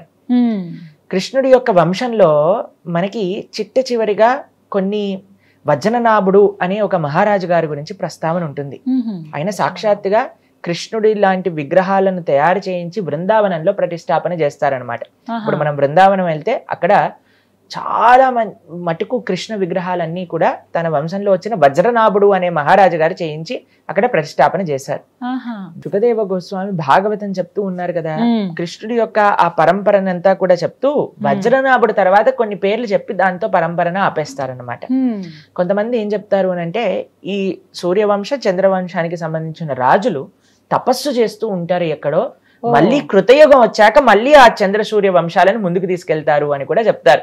కానీ భాగవత ప్రస్తావన మాత్రం మనకి ఇప్పుడు మనం ఉన్న సమయం కలియుగంలో 5000 సంవత్సరాల్లో మనం ఉన్నాం అన్నమాట. ఇక్కడ ఈ సుఖదేవ గోస్వామి ప్రస్తావన చేసిన భాగవతం యొక్క పరంపర మనకంటే ముందు ఒక 2000 సంవత్సరాల ముందే అయిపోయింది. దాని తర్వాత వాళ్ళు ఎక్కడున్నారు ఏంటి అనేది ప్రస్తావన భాగవతంలో లేదు. కాబట్టి కొంతమంది అంటారు వాళ్ళు తపస్సు చేస్తూ ఉన్నారు, మళ్ళీ కృతయుగం తర్వాత మళ్ళీ ఆ 2 పరంపరలు ముందుకు తీసుకెళ్తారు అనే విషయాన్ని కూడా ప్రస్తావన చేస్తూ ఉంటారనమాట. కానీ నిజమైన వారసులు కృష్ణుడికి ఇప్పుడు ఉన్నారా అని అంటే ఉన్నారు. ఎవరో తెలుసా అండి? స్వామిని సేవించే వాళ్ళు, స్వామి భక్తి చేసేవాళ్ళు. గోపికలందరూ కూడా భగవంతుడికి ప్రార్థన చేస్తూ తవ కథామృతం తప్త జీవనం కవిభిరీడితం కల్మషాపహం శ్రవణమంగళం శ్రీమదాతతం. వాళ్ళంటారు భగవంతుడి యొక్క కథలను, భగవంతుడి యొక్క వైభవాన్ని ఎవరైతే ప్రపంచంలో నలుమూలలా చెప్తూ ఉన్నారో వాళ్ళు కృష్ణుడికి అత్యంత దగ్గరైన వాళ్ళు అని చెప్తారనమాట. కాబట్టి ఎవరైతే ఆ భగవత్ తత్వాన్ని ఇప్పటికీ కూడా అర్థం చేసుకొని మనందరికీ అందిస్తున్నారో వాళ్ళు నిజమైన కృష్ణ వారసులు అన్నమాట. రక్షతాం సర్వలోకస్య స్వజనస్య పరిరక్షిత అని భగవంతుడి గురించి చెప్తారు. స్వజనస్య అనంటే తనదైన వాళ్ళు. ఎవరు అనంటే తనని ఆశ్రయించే వాళ్ళు, తన భక్తి చేసేవాళ్ళు. కాబట్టి ఇప్పటికీ కూడా కృష్ణుడి గురించి మనం తెలుసుకుంటున్నాం. ఎవరి దగ్గర నుంచి తెలుసుకుంటున్నాం? అటువంటి భక్తులు ఎవరైతే ఉన్నారో వాళ్ళు నిజంగా ఆ కృష్ణుడి యొక్క పరంపరకి చెందిన వాళ్ళే, వారి వారసులుగానే చూడాలంటారు. ప్రభుజీ, ద్వారక గురించి ఎన్నో సందేహాలు ఉన్నాయి. ఇప్పటికీ అసలు ద్వారక నగరం ఉండేదా, ఉంటే ఎలా ఉండేది అని అంటారు. అసలు ద్వారక లేదు, అలాంటి పట్టణాలు ఏవి లేవు, వాటి గురించి ఏదో చెప్తారంతే అనేవాళ్ళు కొంతమంది ఉన్నారు. కానీ సముద్రంలో ద్వారకకి సంబంధించిన ఆనవాళ్ళు ఉన్నాయని కొన్ని పిక్చర్స్ ద్వారా మనం చూస్తూ ఉన్నాం. నిజంగా అసలు ద్వారకా నగరం ఉండేదా? ఉంటే గనక ఎందుకు మునిగిపోయింది? మునిగిపోయేలాగా శ్రీకృష్ణ భగవానుడు ఎందుకు నిర్మించారు? అసలు ఆ ప్రజలంతా ఏమైపోయారు? ఇవి చాలా సందేహాలు. ఏం చెప్తారు? అయితే ద్వారక గురించి మీరు ప్రశ్న అడిగారు. ద్వారక కృష్ణుడు బృందావనంలో ఉండేవారు. కంస సంహారం కోసం మథురా నగరానికి వచ్చారు. మథురలో బ్రహ్మాండంగా వైభవంగా అందరూ కలిసి ఉంటున్నారు. జరాసంధుడు అనే ఒక రాజు చాలా సార్లు మథురా నగరాన్ని ఆక్రమించడానికి ప్రయత్నం చేశారన్నమాట. ఎన్నోసార్లు యుద్ధానికి వచ్చారు.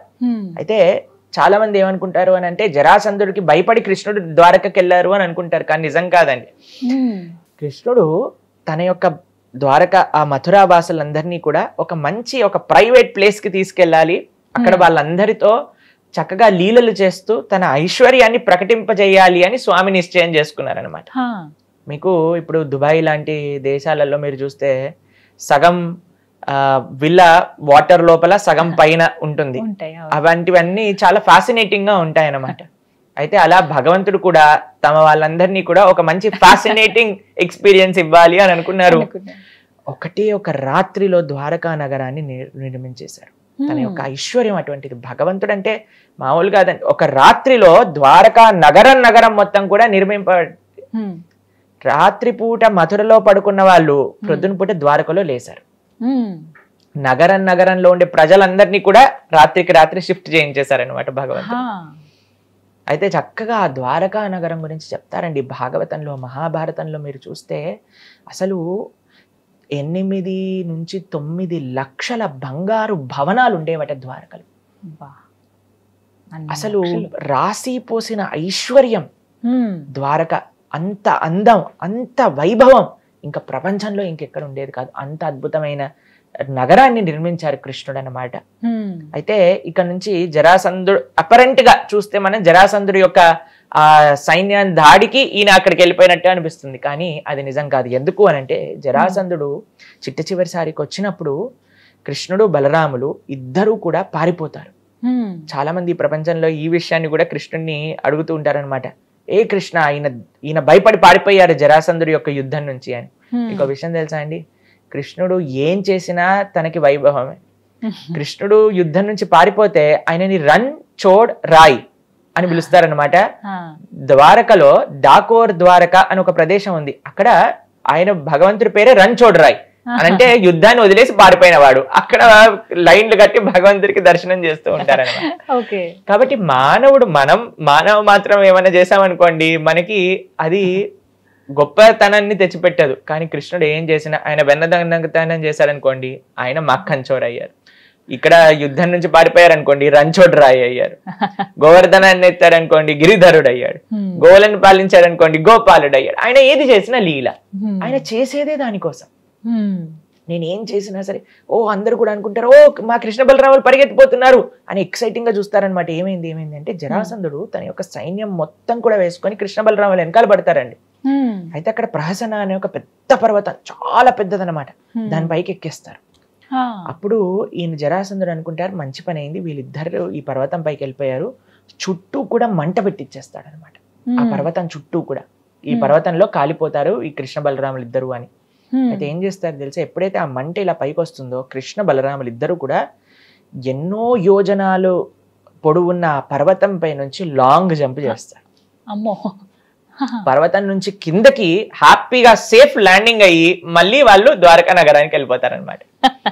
కాబట్టి ఈ ప్రపంచంలో మనకి చాలా మంది భగవంతులు దొరుకుతూ ఉంటారు ఈ కలియుగంలో. మెయిన్ గా వాళ్ళకి చెప్పాల్సింది ఒక టెస్ట్, మీరు బిల్డింగ్ మీద నుంచి కిందికి దూకండి, మీ కాళ్ళు చేతులు ఇరగకపోతే అప్పుడు మనం భగవంతుడిగా యాక్సెప్ట్ చేసుకోవచ్చు అనమాట. కానీ ఇప్పుడు విచిత్రం ఏంటంటే కలియుగంలో బీపీ షుగర్ ఉన్న భగవంతులు, దగ్గే భగవంతులు, నేను భగవంతుని అంటారనమాట. కానీ కృష్ణ బలరాముల యొక్క లీలల్లో మేము చూస్తాం ఎప్పుడు కూడా యశోదమ్మ ఒక రోజు కృష్ణుని హాస్పిటల్ కి తీసుకెళ్ళినట్టుగాను ఏదన్నా మెడిసిన్ వేసినట్టుగాను ఎక్కడా కూడా లేదనమాట. అది భగవంతుడి యొక్క లక్షణం. ఆయన భగవంతుడు, మనందరం జీవులం.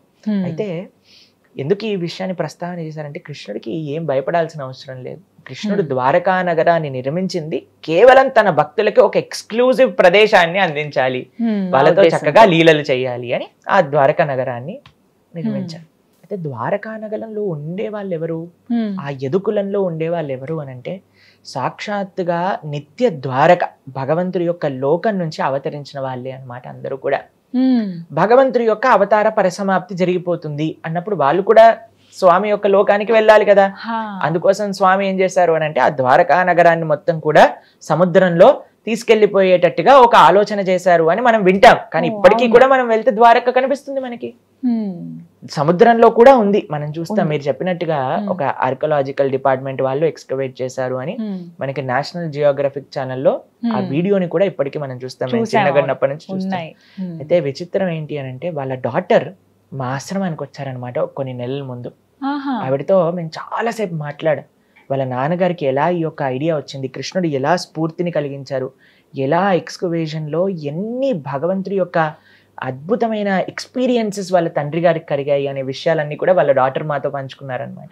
ఏం చెప్పారండి? అయితే ఆవిడ చెప్తున్నారు ఎలా వాళ్ళ నాన్నగారు ఎప్పుడైతే ఈ భాగవతం వాళ్ళు చిన్నప్పటి నుంచి వింటూ ఉన్నారో తప్పకుండా ఈ ద్వారకా నగరాన్ని నేను ఎలాగైనా సరే ప్రకాశింపజేయాలి అని ఒక దీంతో చాలా సార్లు ప్రయత్నం చేశారట.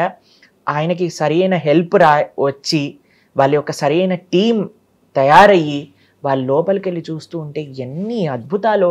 ఆ సముద్రంలో ఉండే ద్వారక ఎలాగైతే శాస్త్రంలో కృష్ణుడి యొక్క ద్వారక ఎలా ఉందో అలానే వాళ్ళకి ఆ ద్వారక లోపల కనిపించింది అనమాట. ఏ ఆనవాళ్ళు ఏ చిహ్నాలు ద్వారకా నగరంలో ఉండేవో అవన్నీ కూడా ఆ సముద్రంలో కనిపించాయి. కాబట్టి భగవంతుడు ఉండేవాడా, కృష్ణుడు రాముడు ఉండేవాడా అనే వాళ్ళందరికీ ప్రశ్న. రాముడు ఉన్నాడా అంటే రామసేతు ఉంది, కృష్ణుడు ఉన్నాడా అంటే ద్వారక ఉంది. కాబట్టి భగవంతుడు విలక్షణమైన రూపంతో విలక్షణమైన లీలలు. ఇప్పుడు చూడండి, మనం ఒక ప్రదేశానికి వెళ్తాం, వెళ్ళినప్పుడు ఏం చేస్తాం, మన బట్టలు, ఇంకొంతమంది అయితే వాళ్ళు తినే వాటర్ బాటిల్ అన్నీ కూడా తీసుకెళ్తారు. తీసుకెళ్ళాక ఒక ప్రదేశంలో ఉంటాను 2-3 రోజుల తర్వాత ఏం చేస్తాం, మళ్ళీ అన్ని సామాన్లు చదువుకొని ఆ సూట్ కేసుని మూసుకొని మనతో పాటు తీసుకెళ్తాం. అంతేనా? భగవంతుడు ఈ ప్రపంచంలోకి వచ్చినప్పుడు తన పార్షదులు తన లోకం అంతటితో ఇక్కడికి వస్తారు, మళ్ళీ తీసుకెళ్ళిపోయేటప్పుడు అందరినీ తీసుకెళ్లి పైకి వెళ్ళిపోతారు. భగవంతుడి యొక్క అవతార పరిసమాప్తి జరిగినప్పుడు ఆ ద్వారకా వాసులందరూ కూడా ఎవరైతే భగవంతుడితో పాటు భగవత్ పార్షదులు వచ్చారో వాళ్ళందరూ కూడా నిత్య ద్వారక నిత్య లీలలోకి ప్రవేశించారు. అయితే ఇప్పుడు మీకు ఒక చిన్న విషయం చెప్తాను, ఇది ధర్మ సూక్ష్మం. భగవంతుడు ఎప్పుడైనా అవతారం స్వీకరించినప్పుడు భగవంతుడి యొక్క లోకం నుంచి వాళ్ళ యొక్క పార్షదులు వస్తారు. అందులోపల స్వర్గలోకం నుంచి దేవతలందరూ కూడా యాడ్ అవుతారు అనమాట ఒక అంశ రూపంలో. మనం పంచ పాండవులు చూస్తాం కదా, పాండవులు ఒక్కొక్క దేవత యొక్క అంశము అని కూడా మనం వింటూ ఉంటాం. ఇంద్రుడు, తర్వాత యముడు, దాని తర్వాత అర్జునుడి యొక్క అంశం ఇంద్రుడి ద్వారా, యుధిష్ఠుడి యొక్క అంశం ఏమో యమధర్మరాజు ద్వారా, దాని తర్వాత భీముడి యొక్క అంశం ఏమో సాక్షాత్తుగా వాయుదేవుడి ద్వారా అని మనం వింటూ ఉంటాం. చాలా మంది ప్రశ్నిస్తారు, అయ్యా కృష్ణుడి యొక్క భక్తులు పాండవులు వాళ్ళు స్వర్గానికి వెళ్ళిపోయారేంటి అని అంటే, వాళ్ళు స్వర్గానికి వెళ్తూ వాళ్ళ దేవతా పోర్షన్స్ ని డ్రాప్ చేసి వాళ్ళు వైకుంఠానికి వెళ్ళారనమాట. కాబట్టి కృష్ణుడి యొక్క అవతార లీలలలో ఎవరైతే ద్వారకావాసులు వచ్చారో వాళ్ళందరూ కూడా ద్వారకకి వెళ్ళిపోయారు. ఎవరైతే దేవతలు వచ్చారో వాళ్ళందరూ కూడా ప్రభాస క్షేత్రానికి వెళ్ళి అక్కడ ఒక మిస్అండర్స్టాండింగ్ వచ్చినట్టుగా వాళ్ళ పరిసమాప్తి వాళ్ళు చేసుకున్నారనమాట. ఎందుకు అంటే అండి, యదు వంశాన్ని నాశనం చేసే వాళ్ళు ఇంక ఎవ్వరికి సాధ్యం కాదు. వాళ్ళు కానీ స్వర్గలోకానికి వెళ్ళాలంటే వాళ్ళ లోపల వాళ్ళే కొట్లాట పెట్టుకోవాలి. అందుకు ఆ విధంగా ఆయన ఒక చిన్న లీల తయారు చేసి వాళ్ళందరూ కూడా వెళ్ళిపోతారు. కృష్ణుడు కూడా అవతార పరమసమాప్తి చేస్తారనమాట. కృష్ణుడు మరణించడు, మనం పుడతాం, మనం మరణిస్తాం. కృష్ణుడు అవతరిస్తారు, కృష్ణుడు అవతార పరిసమాప్తి చేస్తాడు. ఇప్పుడు ప్రతిరోజు కూడా సూర్యుడు ఉదయిస్తున్నప్పుడు ఈ రోజు సూర్యుడు పుట్టాడు, సాయంత్రం పూట సూర్యుడు వెళ్ళిపోయినప్పుడు సూర్యుడు చనిపోయాడు అంటావా? అలానే భగవంతుడు ఈ లోకంలో ఉదయిస్తాడు, అస్తమిస్తాడు. ఎప్పుడైతే స్వామి అస్తమిస్తాడో తన పార్షదులందరూ కూడా వాళ్ళ లోకాలకి వెళ్ళిపోతారు, మిగతా వాళ్ళందరూ కూడా నిత్య లీలలోకి ప్రవేశిస్తారు. ప్రభుజీ, శ్రీకృష్ణ భగవానుడి లీలలు అనంతమైనవి. అవి చిన్నప్పటి నుంచి ఆయన ఎదుగుతున్న క్రమంలో వారు పెద్ద అయిన తర్వాత కురుక్షేత్రం వరకు కూడా, అప్పుడు గీతను బోధించినప్పటి వరకు ప్రతిదీ చాలా మనకి వింతగా ఉంటాయి. అనుభవపూర్వకంగా మనం చాలా విషయాలు కూడా తెలుసుకుంటాం వాటి గురించి. ఇవన్నీ బాగానే ఉంటాయి. ప్రత్యేకంగా కృష్ణుడి గురించి మాట్లాడేటప్పుడు శ్రీకృష్ణ భగవానుడికి ఇంతమంది భార్యలా అని అంటూ ఉంటారు. ఆ మాటకి మీరు ఇచ్చే సమాధానం ఏంటి? నిజంగా అంతమంది భార్యలు ఉన్నారా? కృష్ణుడికి ఎంతమంది భార్యలు అనే ప్రశ్నకి సమాధానం, కృష్ణుడికి 16,108 మంది భార్యలు ఉన్నారు. అమ్మో. భగవంతుడికి ఇన్ని వివాహాలు ఎలా జరిగాయి అనే విషయాన్ని వెనకాల ఒక చిన్న కథ ఉంది, ప్రస్తావన చేస్తాను. నరకాసురుడు గురించి మనం వింటాం కదండి. అయితే నరక చతుర్థి అని దీపావళి ముందు రోజు మనం చేసుకుంటూ ఉంటాం. అవును. ఈ నరకాసురుడు ఏం చేశారు అంటే 16,100 మంది రాకుమార్తెలను తన యొక్క చెరసాలలో బంధించి పెడతాడనమాట. అయితే భగవంతుడి యొక్క అవతారం యొక్క ప్రయోజనం ఏంటి? ఎక్కడైతే అధర్మం జరుగుతుందో అక్కడ ఆయన ధర్మాన్ని స్థాపన చేస్తారు, ఆ ధర్మాన్ని తొలగించేసి. అయితే కృష్ణుడికి ఎప్పుడైతే ఇలా ఒక భగవంతుడండి ఎక్కడైనా సరే తను ఎలా రక్షిస్తాడు భక్తులని అనేది ఈ లీలలో కనిపిస్తుంది. తన భక్తులు ఒక స్త్రీ అవమానాన్ని భగవంతుడు ఎప్పుడు కూడా తట్టుకోడండి. ఎప్పుడైతే ఆ హస్తినాపురంలో ద్రౌపదీదేవి యొక్క అవమానం జరుగుతుందో భగవంతుడు అన్లిమిటెడ్ సారీ అందించారనమాట. అవును. చీరను అందించేసి ద్రౌపదీదేవిని కాపాడారు. అలా ఇక్కడ వీళ్ళందరినీ కూడా నరకాసురుడు బాధ పెడుతున్నారు అని తెలుసుకొని గరుడ్మంతుడి పైన సత్యభామాదేవిని వేసుకొని అక్కడికి వస్తారనమాట. నరకాసుడిని సంహరించేస్తారు భగవంతుడు. ఎప్పుడైతే తన యొక్క భగవంతుడి లోపల ఇంకొక విశిష్టత తెలుసా అండి? ఎవరినైనా సంహరించారనుకోండి ఒక దుష్టుడితో, ఆయన రాజ్యాన్ని ఆయన తీసుకోరండి, ఆయన ఐశ్వర్యాన్ని ఆయన ముట్టుకోరు. నరకాసుడి యొక్క కుమారుణ్ణి ఆ రాజ్యానికి రాజు చేసేస్తారనమాట. అప్పచెప్పి ఈ యొక్క రాజ్యంలో వెళ్తూ ఉండగా ఈ 16,100 మంది రాకుమార్తెలను చూస్తారనమాట. అయితే అప్పుడు వాళ్ళందరూ ఒకటే ఒక స్వరంతో కృష్ణుడికి ప్రార్థన చేస్తారు. కృష్ణుడిని చూశాక, అయ్యా మేమందరం నిన్ను పెళ్లి చేసుకోవాలనుకుంటున్నాం, మీరు మాకు భర్తగా కావాలి అని ప్రతి ఒక్కరు అనుకున్నారు. దాని తర్వాత వాళ్ళు అన్నారు, అయ్యా ఈ సమాజం మేము బయటికి వెళ్ళిపోయి ఇన్ని రోజులు ఈ నరకాసుడి యొక్క చెరలో ఉండాక మమ్మల్ని ఎవరు స్వీకరిస్తారు? ఎవరినైనా భగవంతుడు యాక్సెప్ట్ చేస్తాడండి, ఆయన వదిలిపెట్టరు. ఎవరైనా సరే నేను కృష్ణ నువ్వు నాకు కావాలి అనుకున్న వాళ్ళందరికీ కూడా కృష్ణుడు లభిస్తాడు. ఇది స్వామి ఈ లీల ద్వారా చూపిస్తున్నారు. 16,100 మంది అనుకున్నారు మనసులో, కృష్ణ నువ్వు నాకు భర్తగా కావాలి అని అనుకుంటే స్వామి 16,100 మందితో వివాహం చేసుకున్నారు. కేవలం వివాహం చేసుకోలేదండి, 16,100 మంది భార్యలకి ఒక్కొక్కళ్ళకి బంగారు భవనాలు, కోటలు స్వామి ఒక్కొక్క భార్యకి ఇచ్చారు. దాంతో పాటు స్వామి చేసింది ఏంటో తెలుసా? 16,108 స్వరూపాలతో ఒకటేసారి అందరి భవనాలలో కూడా స్వామి ఉంటూ ఉండేవారు. అంతేకాని ఒకరోజు రుక్మిణితో, ఒకరోజు సత్యభామతో, ఒకరోజు నగ్నజిత్తితో, ఒకరోజు మిత్రవిందతో కాదు, అందరి రాణులతో ఒకటేసారి ఉండాలి. ఇది భగవంతుడు అంటే. నేను ఇప్పుడు ఈ స్టూడియోలో షూటింగ్ చేస్తూ, పైన ఇంకో స్టూడియోలో షూటింగ్ చేస్తూ, పక్కనున్న స్టూడియోలో షూటింగ్ చేస్తూ అలా చేయగలుగుతామా అండి? అలా చేస్తే ఇంకా బ్రహ్మాండం కదండి. నాకు గంట లోపల అన్ని అయిపోతాయి. మీరు అడగాల్సిన ప్రశ్నలన్నీ మీరు 3 స్టూడియోలలో, కెమెరామ్యాన్ అందరూ కూడా అన్ని స్టూడియోలలో ఉండొచ్చు. అది భగవంతుడికి మనకి ఉన్న తేడా అదే. కాబట్టి భగవంతుడి యొక్క తత్వం, భగవంతుడి యొక్క శక్తి, భగవంతుడి యొక్క లీల అటువంటిది. ఒకసారి నారదుడు ద్వారకలో కృష్ణుడు ఏం చేస్తున్నాడు చూడడానికి వచ్చాడనమాట. రుక్మిణీ భవనంలోకి ప్రవేశిస్తారు. ప్రవేశించేసరికి మొత్తం వజ్రాలు, మాణిక్యాలు, వైడూర్యములు, బంగారంతో పరిగిన భవనం రుక్మిణీదేవిది. అందులోపలికి వెళ్ళేసరికి కృష్ణుడు, రుక్మిణీదేవి మాట్లాడుకుంటూ ఉన్నారనమాట. అక్కడి నుంచి సత్యభామ యొక్క భవనానికి ప్రవేశిస్తారు. వాళ్ళిద్దరూ కూడా చక్కగా చెస్ ఆడుకుంటూ ఉన్నారనమాట, కృష్ణుడు ఇంకా సత్యభామ. దాని తర్వాత ఇంకో భవనంలోకి ప్రవేశిస్తారు. కృష్ణుడు అక్కడ సంధ్యావందనం చేస్తున్నారు. ఇంకో భవనంలోకి ప్రవేశిస్తారు, అక్కడ దానం ఇస్తూ ఉన్నారు. ఇంకో భవనంలోకి ప్రవేశిస్తారు, అక్కడ ఉద్ధవుడితో మాట్లాడుతున్నారు. ఇంకో భవనంలోకి ప్రవేశిస్తారు, అక్కడ మినిస్టర్స్ తో మీటింగ్ చేస్తున్నారు. ఇంకో భవనంలోకి ప్రవేశిస్తారు, అక్కడ పిల్లలతో ఆడుకుంటున్నారు. కాబట్టి కృష్ణుడు ఎందుకు 16,108 వివాహాలు చేసుకున్నారు అని అంటే ఆయనకు అంత శక్తి ఉంది. అన్ని స్వరూపాలలో ఆయన మల్టిప్లై అయ్యి అందరినీ ఒకే విధంగా కటాక్షింపజేశారనమాట. అయితే ప్రతిరోజు ప్రొద్దున ఆయన యొక్క భగవంతుడు కేవలం వివాహాలు చేసుకోలేదండి, అందరితో ఒక ఆదర్శమైన గృహస్థ జీవితాన్ని ఆయన గడిపారు. ఆయన సాధన, ఆరాధన, ధర్మము, దానము అన్నిటిని కూడా ఆయన చేస్తూ సక్రమమైన వైదిక గృహస్థ ఆశ్రమాన్ని ఆయన గడిపారనమాట.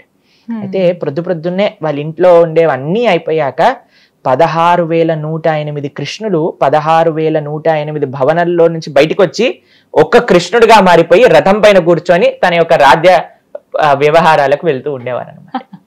కాబట్టి ఎవరైనా ఈ ప్రపంచంలో నాకు కృష్ణుడు ఆదర్శం మేము కూడా పెళ్లి చేసుకుంటామంటే ఫస్ట్ మీరు 2 చూపించండి, మాతో పాటు మాట్లాడండి 4-5 స్వరూపాలతో, తర్వాత మీరు ఏం చేసుకున్నా మేము ఒప్పుకుంటాం. కాబట్టి ఇది కృష్ణుడి యొక్క తత్వం, కృష్ణుడికి మాత్రమే సాధ్యం అది.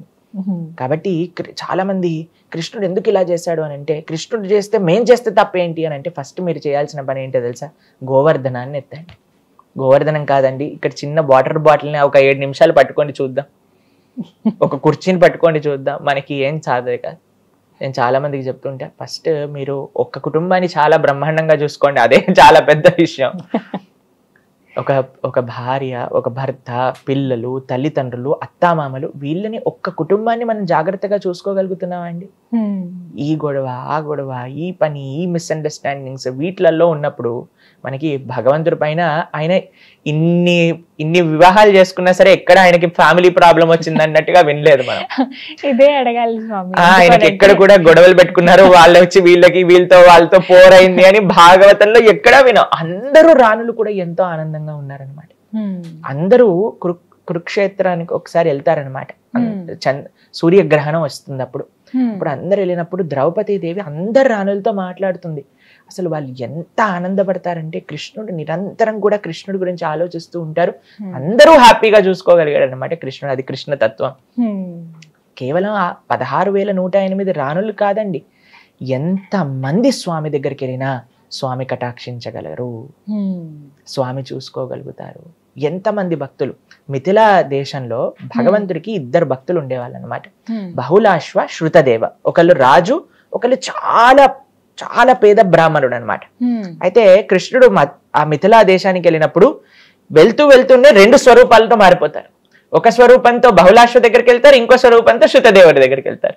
ఇద్దరింట్లో ఆతిథ్యం స్వీకరించి మళ్ళీ కలిసిపోతారు అనమాట. కాబట్టి ఇలా చేసే శక్తి ఎవరి దగ్గర ఉంది? ఆ స్వామి దగ్గరే. ఆ స్వామికే సాధ్యం. ఆ స్వామి యొక్క ఐశ్వర్యం అటువంటిది, స్వామి యొక్క గొప్పతనం అటువంటిది. మనందరం ఇంతమంది వెంకటేశ్వర స్వామి దర్శనానికి వెళ్తూ ఉంటాం. స్వామి ఎప్పుడైనా అలసిపోయినట్టు ఇలా ఉండటం కానీ, నాకు కొద్దిగా చాలా అయిపోయిందండి, వీళ్ళందరితో మాట్లాడి మా దర్శనం మూసేయండి ఇలా అంటారండి. స్వామి అదే నవ్వుతో, అదే అభయహస్తంతో అందరినీ కటాక్షిస్తూ ఉంటారన్నమాట. అది కేవలం కృష్ణుడికే సాధ్యం.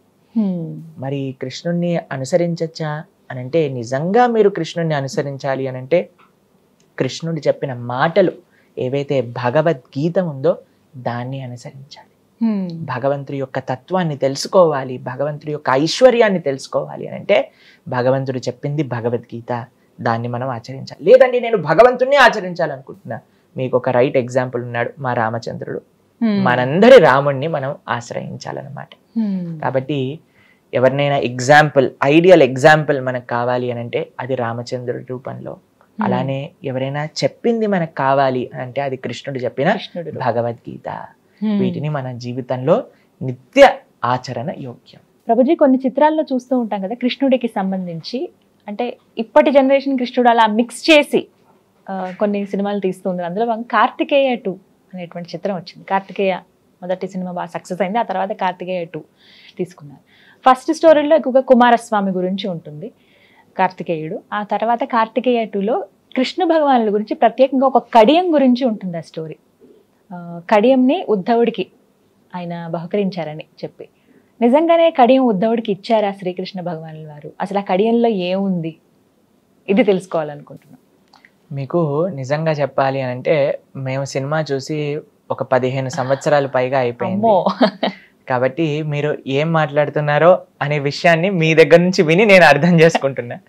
కాబట్టి శాస్త్రరీత్యా చూస్తే, ఎందుకంటే ఇందాక చెప్పుకున్నట్టుగా కృష్ణుడి గురించి తెలుసుకోవాల్సిన ప్రతి విషయము కూడా శ్రీమద్ భాగవతంలో మనకు అందించారు.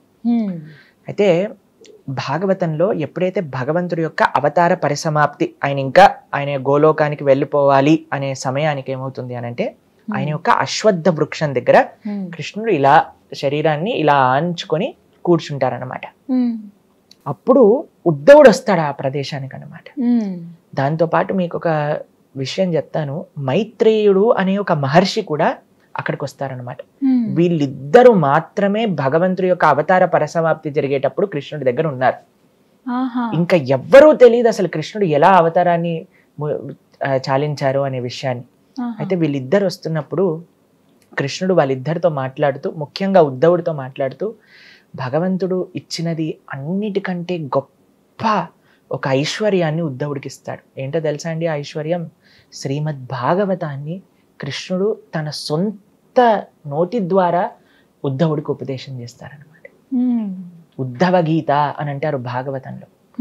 ఎంతో అద్భుతమైన విషయాలు కృష్ణుడు ఉద్ధవుడికి చెప్తారు. మైత్రేయుడు కూడా ఆ సమయానికి అక్కడ ఉన్నాడు కాబట్టి మైత్రేయుడు కూడా ఈ విషయాన్ని వింటారనమాట.